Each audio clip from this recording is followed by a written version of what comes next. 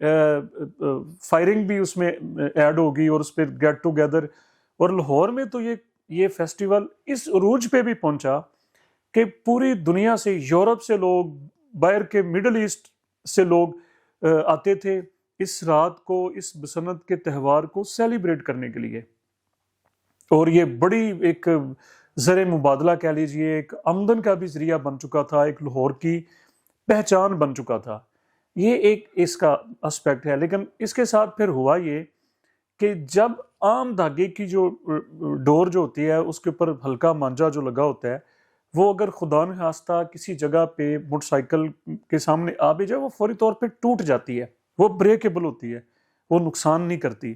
اس وقت نقصان صرف یہ ہوتا تھا کہ وہ پتنگیں لوٹتے وقت جب وہ پیچے کے نتیجے میں جب کٹ جاتی ہیں گڈیاں، تو اس کے پیچھے جو لوگ بھاگتے تھے وہ لمبے بانس لے کے، تو وہ چھتوں سے گر جاتے تھے، یا وہ ٹرانسفارمرز کے اوپر جب ڈور گرتی تھی یا وہ بانس کی وجہ سے بجلی کی ٹپنگ ایک بہت بڑا مسئلہ تھا، یا لوگ گر جاتے تھے جو گڈیاں لوٹتے تھے، یہ اس کا نقصان ہوتا تھا. اور دوسرا بجلی کی ٹرپنگ کا مسئلہ ہوتا تھا، یعنی کہ ڈور پھرنے کے واقعات کا مسئلہ نہیں تھا.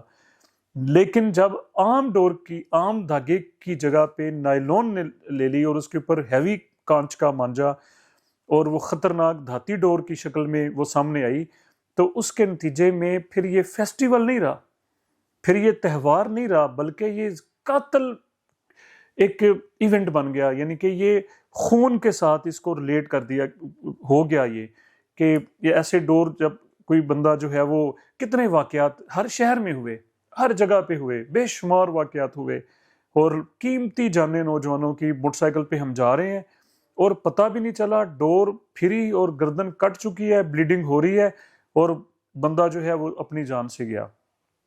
پھر انفارچونیٹلی اس کے اوپر پابندی لگانی پڑی. اب مین چیز میں آپ لوگوں کے سامنے جو رکھنا چاہتا ہوں، دیکھیں قانون پہلے بھی تھا، یہ بڑی اہم بات ہے، قانون پہلے بھی تھا، لیکن کیا اس کے اوپر امپلیمنٹ ہو سکا؟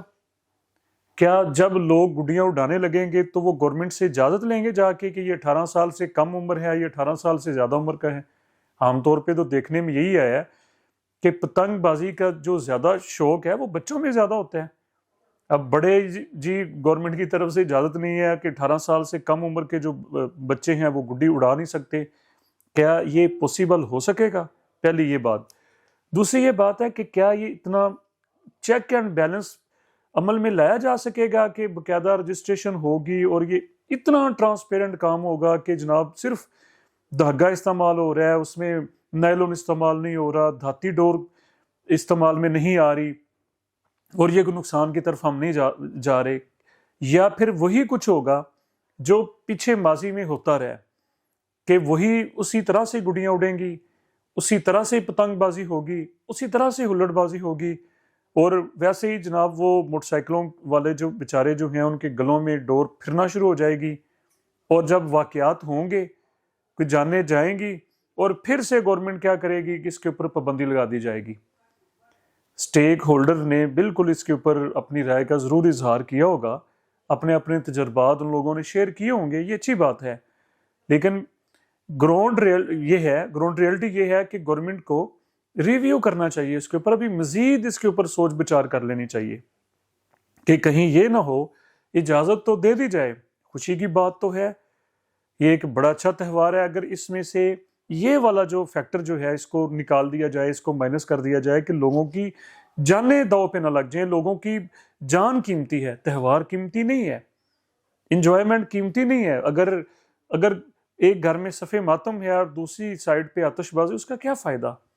دنیا باہر سے آ رہی ہے اور ادھر سے جنازے اٹھ رہے ہیں، تو اس کا کوئی فائدہ نہیں ہے، اس اکانومی کا کوئی فائدہ نہیں ہے، اس مبادلہ کا کوئی فائدہ نہیں ہے، اس انجوائمنٹ کا کوئی فائدہ نہیں ہے.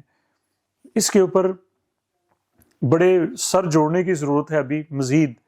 اس کو اجازت دینے سے پہلے اس کو مزید سوچ لیں، نہ کہ جانیں گنوا کے پھر سے وہ انسیڈنٹ ہوں گے، جانیں جائیں گی، نوجوان بیچارے جو ہیں وہ اس کا شکار ہوں گے موٹر سائیکلوں پہ، اور پھر ہم دوبارہ سے کہیں گے کہ نہیں جی اب پھر اس کی اجازت نہیں ہے. اس سے پہلے سوچنا ضروری ہے، اس کا دوبارہ سے جائزہ لینا ضروری ہے. مجھے اپنے دعا میں یاد رکھیں. شکریہ.